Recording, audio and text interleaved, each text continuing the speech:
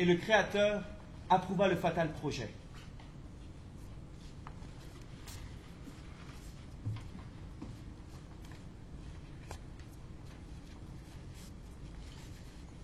Arrivé à la poupe, Stefano s'arrêta, intrigué, pour observer quelque chose qui émergeait par intermittence, à 200, 300 mètres environ, dans le sillage du navire. Bien que le bâtiment courût déjà à belle allure, porté par une brise favorable, cette chose gardait toujours le même écart. Et, bien qu'il n'en comprît pas la nature, il y avait en elle un je ne sais quoi d'indéfinissable qui fascinait intensément l'enfant. Papa! Papa, viens voir! Stefano, qu'est-ce que tu fais planté là? Regarde! Regarde!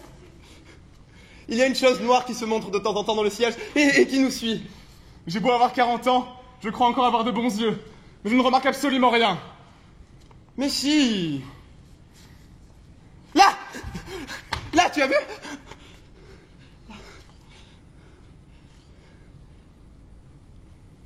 Qu'est-ce qu'il y a?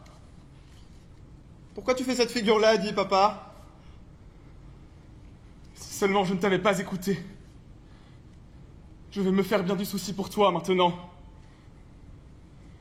Ce que tu vois émerger de l'eau et qui nous suit n'est pas une chose, mais bel et bien un cas. C'est le monstre que craignent tous les navigateurs de toutes les mers du monde. C'est un squale effrayant et mystérieux, plus astucieux que l'homme. Pour des raisons que personne ne connaîtra peut-être jamais, il choisit sa victime. Et quand il l'a choisie, il la suit pendant des années et des années, toute la vie s'il le faut, jusqu'au moment où il réussit à la dévorer. Et le plus étrange dans tout cela, c'est que personne n'a jamais pu l'apercevoir, si ce n'est sa future victime, ou un membre de sa famille. C'est une blague que tu me racontes là, papa. Non! Non! Et je n'avais encore jamais pu apercevoir ce monstre. Mais d'après toutes les descriptions que je sais souvent entendues, je l'ai immédiatement identifié. Ce mufle de bison, cette gueule qui ne fait que s'ouvrir et se fermer spasmodiquement, ces dents terribles. Stefano, il n'y a plus de doute possible, hélas. Le cas jeté son devule sur toi. Et tant que tu seras en mer, il ne te laissera pas un instant de répit. Écoute-moi bien, mon petit. Nous allons immédiatement retourner au port. Tu débarqueras, et tu ne t'aventureras plus jamais au-delà du rivage, pour quelque raison que ce soit. Tu dois me le promettre. Le métier de marin n'est pas fait pour toi, mon fils. Il faut se résigner. Bah, à terre aussi, tu pourras faire fortune. Et surtout, n'en parle jamais à personne. Pas même à ta mère.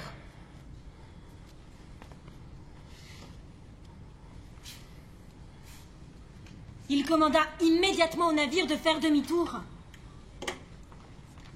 Rentra au port et, sous le prétexte d'une maladie subite, fit débarquer son fils.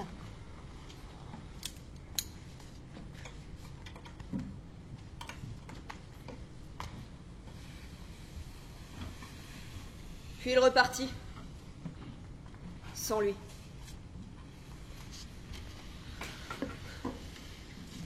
Profondément troublé, l'enfant resta sur la grève, jusqu'à ce que la corne du plus haut mât eût disparu à l'horizon.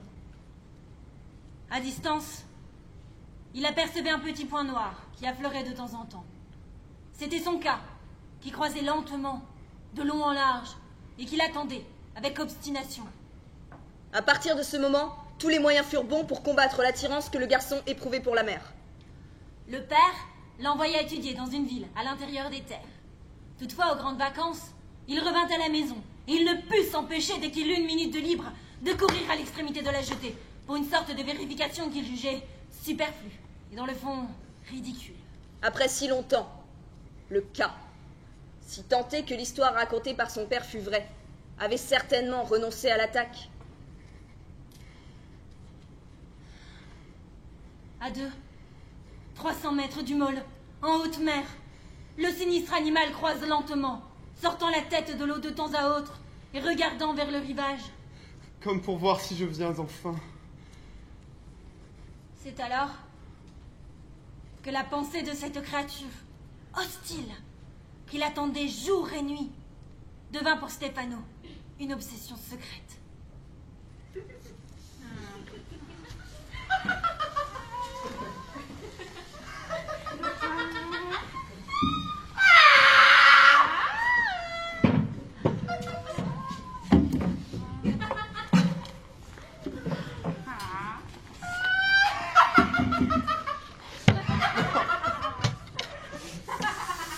Non.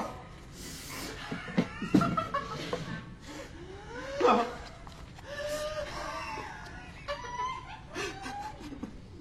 Non.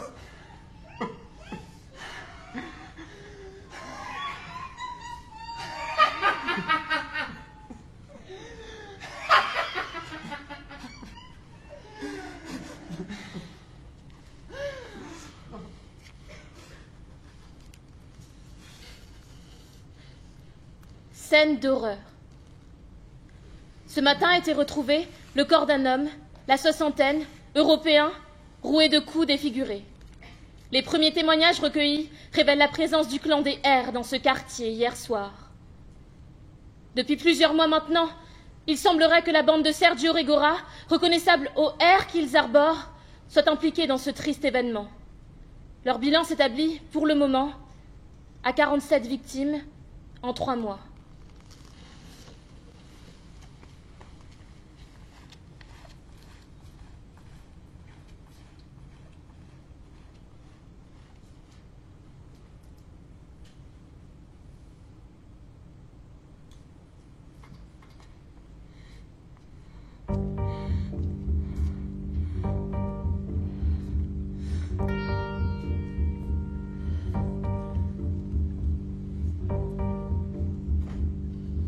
Après 40 ans, on est vieux. Et les nouvelles générations éprouvaient un total mépris pour les vieux. Un sombre ressentiment dressait les petits-fils contre les grands-pères, les fils contre les pères. Et ce n'est pas tout. Il s'était créé des espèces de clubs, d'associations, de sectes, dominées par une haine sauvage envers les vieilles générations. Comme si celles-ci étaient responsables de leur mécontentement, de leur mélancolie, de leur désillusion, de leur malheur, qui sont le propre de la jeunesse, depuis que le monde est monde. Et la nuit, les bandes de jeunes se déchaînaient, surtout en banlieue, et pourchassaient les vieux. Quand ils parvenaient à en attraper un, ils le bourraient de coups de pied. Il lui arrachait ses vêtements, le fouettait, le peinturlurait de vernis, et puis l'abandonnait, licotait un arbre ou un réverbère. Dans certains cas, tout à la frénésie de leur rythme brutal, ils dépassaient la mesure. Et à l'aube, on trouvait, au milieu de la rue, des cadavres méconnaissables et souillés. Le problème des jeunes, cet éternel tourment qui, depuis des millénaires, s'était résolu en drame de père en fils, explosé finalement. Les journaux, la radio, la télévision, les films, y étaient pour quelque chose. On flattait les jeunes, on les plaignait. Ils étaient adulés, exaltés, encouragés à s'imposer au monde de n'importe quelle façon. Jusqu'aux vieux, qui apeurés devant ce vaste mouvement des esprits, y participaient pour se créer un alibi, pour faire voir, mais c'était bien inutile, qu'ils avaient 50 ou 60 ans, ça oui, mais que leur esprit était encore jeune, et qu'ils partageaient les souffrances et les aspirations des nouvelles recrues. Ils se faisaient des illusions. Ils pouvaient bien raconter ce qu'ils voulaient. Les jeunes étaient contre eux. Les jeunes se sentaient les maîtres du monde. Les jeunes, en toute justice, réclamaient le pouvoir jusqu'alors tenu par les patriarches. L'âge est un crime. Tel était leur slogan. D'où les chasses nocturnes, devant lesquelles l'autorité, inquiète à son tour, fermait volontiers un œil. Tant pis pour eux, après tout. S'il est croulant, qui aurait mieux fait de rester chez eux, au coin de leur feu, s'offraient le luxe de provoquer les jeunes avec leur frénésie sénile. C'était surtout des vieux, en compagnie de femmes jeunes, qui étaient visées. Alors, la jubilation des persécuteurs ne connaissait plus de bornes. Dans ces cas-là, l'homme était ligoté et roué de coups, tandis que sous ses yeux, sa compagne était soumise par ses contemporains à de longues violences corporelles raffinées en tout genre.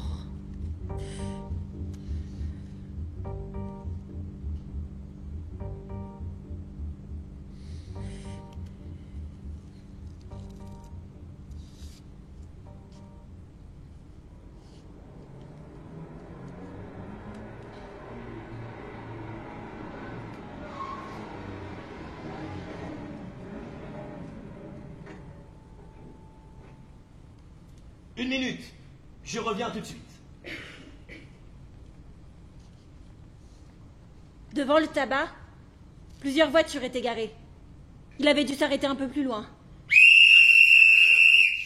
La fanfare de guerre de ces jeunes canailles, aux heures les plus imprévues de la nuit, ce signal tiré de leur sommeil des quartiers entiers, et les gens, frissonnants, se pelotonnaient encore plus dans leur lit, en priant Dieu pour le malheureux dont le lynchage commençait.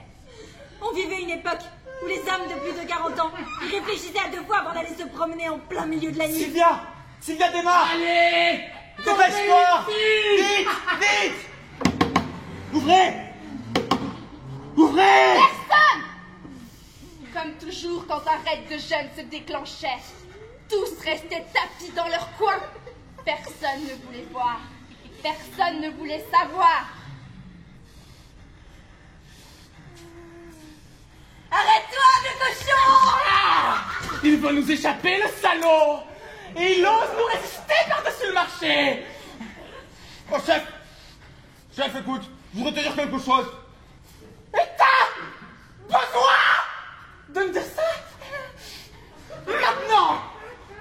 Je voudrais bien me tromper, mais je crois que ce type-là, c'est mon paternel. Ton père! Ce salaud! Ouais, on dirait bien que c'est lui. Tant mieux! Ah! Tu vas pas la ramener maintenant, non? C'est que ça me paraît... Quoi?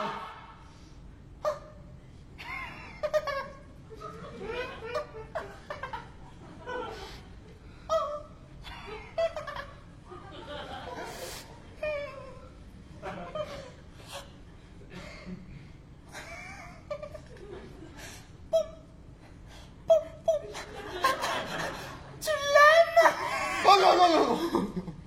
C'était un imbécile! Et puis avant qu'il heure de première, on n'en a jamais fini! Alors! Ça me fait tout de même quelque chose, quoi, si tu veux savoir. T'es qu'une andouille! Un froussard! Une lavette! T'as pas honte? Le coup ne s'est encore jamais produit avec mon père, mais je te jure, ça me ferait sourire! Allez, allez! C'est pas tout maintenant, mais faut faire sortir de là!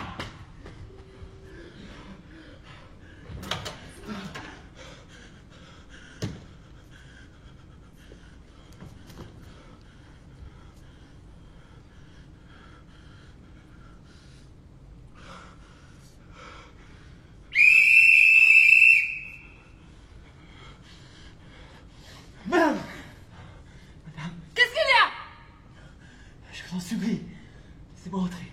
Je suis poursuivi, ils veulent me tuer. Non, non! On ne veut pas d'embêtement ici! 20 000 lire pour vous, si vous me laissez entrer. Quoi? 20 000 lire. Non, non! On est déjà honnêtes ici, nous autres!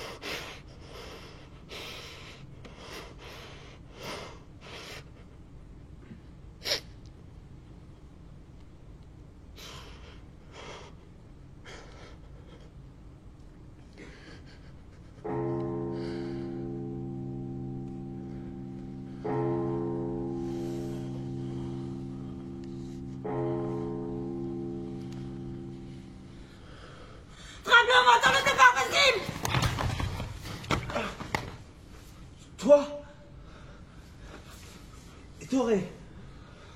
Attention, il est là! Par là! Allez! Tapez-lui dessus, là, ce sale vieux!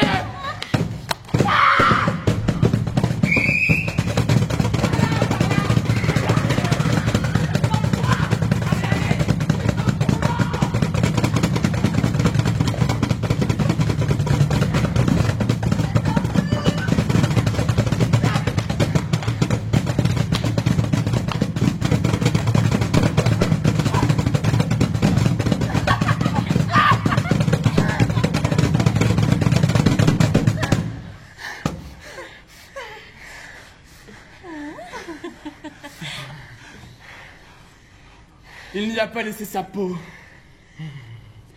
Mais on lui a donné la leçon qu'il méritait. Maintenant, il faut me foutre le camp. On sait jamais avec les flics.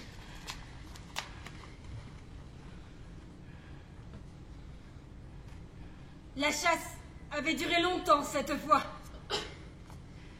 Aucun vieux ne leur avait donné autant de fil à retordre. Eux aussi, ils se sentaient fatigués. Qui peut savoir pourquoi ils se sentaient très las? Qu'est-ce que tu as sur la tête? Et toi? Toi aussi. Ah, mon Dieu, tu en as une figure. Et tout ce blanc dans tes cheveux. Mais toi aussi, tu as une tête épouvantable.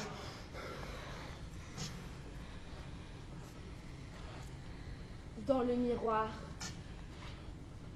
il vit très distinctement un homme, sur la cinquantaine environ, les paupières et les joues flasques, les paupières flétries, un cou comme celui des pélicans. Il essaya de sourire. Il lui manquait 2 dents sur le devant. Allez, tombez-lui dessus, au sale vieux!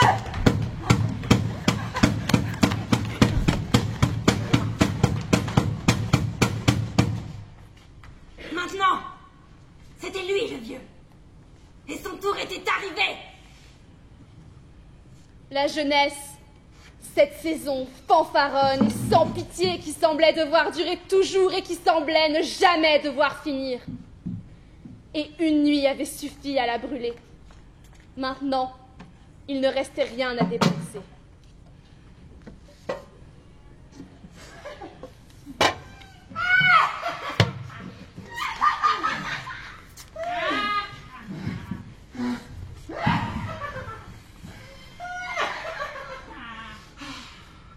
Non. Non.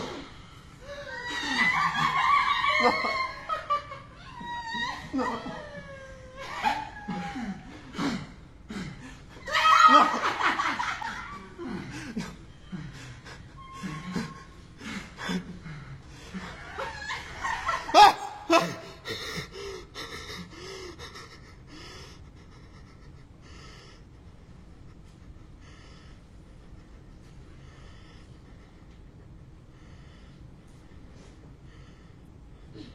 Dans la cité lointaine, il lui arrivait maintenant de se réveiller en pleine nuit, avec inquiétude. Il était en lieu sûr, oui. Des centaines et des centaines de kilomètres le séparaient du cas. Et pourtant, il savait qu'au-delà des montagnes, Au-delà des bois, au-delà des plaines, le squale continuait à l'attendre.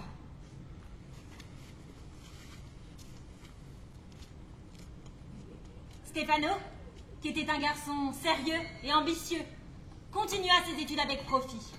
Et arrivé à l'âge d'homme, il trouva un emploi bien rémunéré et important dans une entreprise de la ville.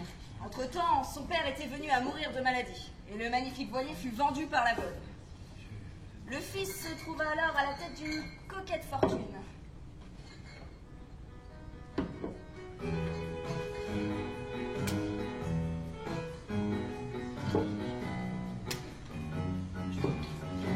I found my freedom on Blueberry Hill, on Blueberry Hill, where I found you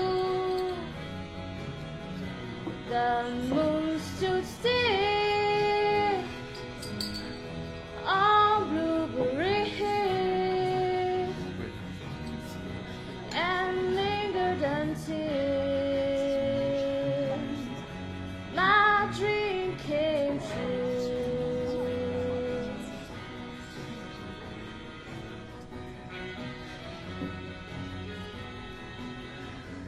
Le travail, les amitiés, les amusements, les premières amours. La vie de Stefano était désormais toute tracée.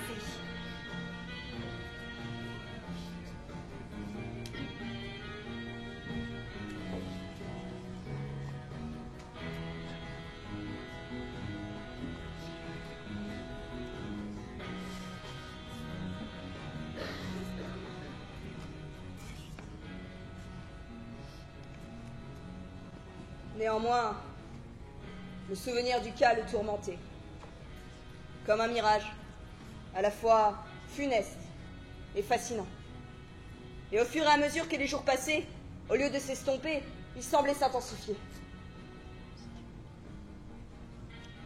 Les satisfactions que l'on tire d'une existence laborieuse, aisée et tranquille sont grandes, certes. Mais l'attraction de l'abîme est encore supérieure.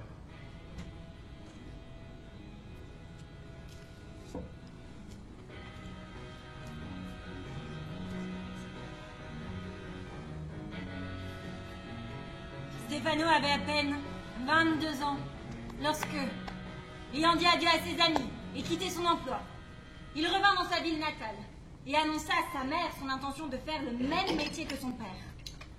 La brave femme, à qui Stefano n'avait jamais soufflé mot du mystérieux squale, accueillit sa décision avec joie.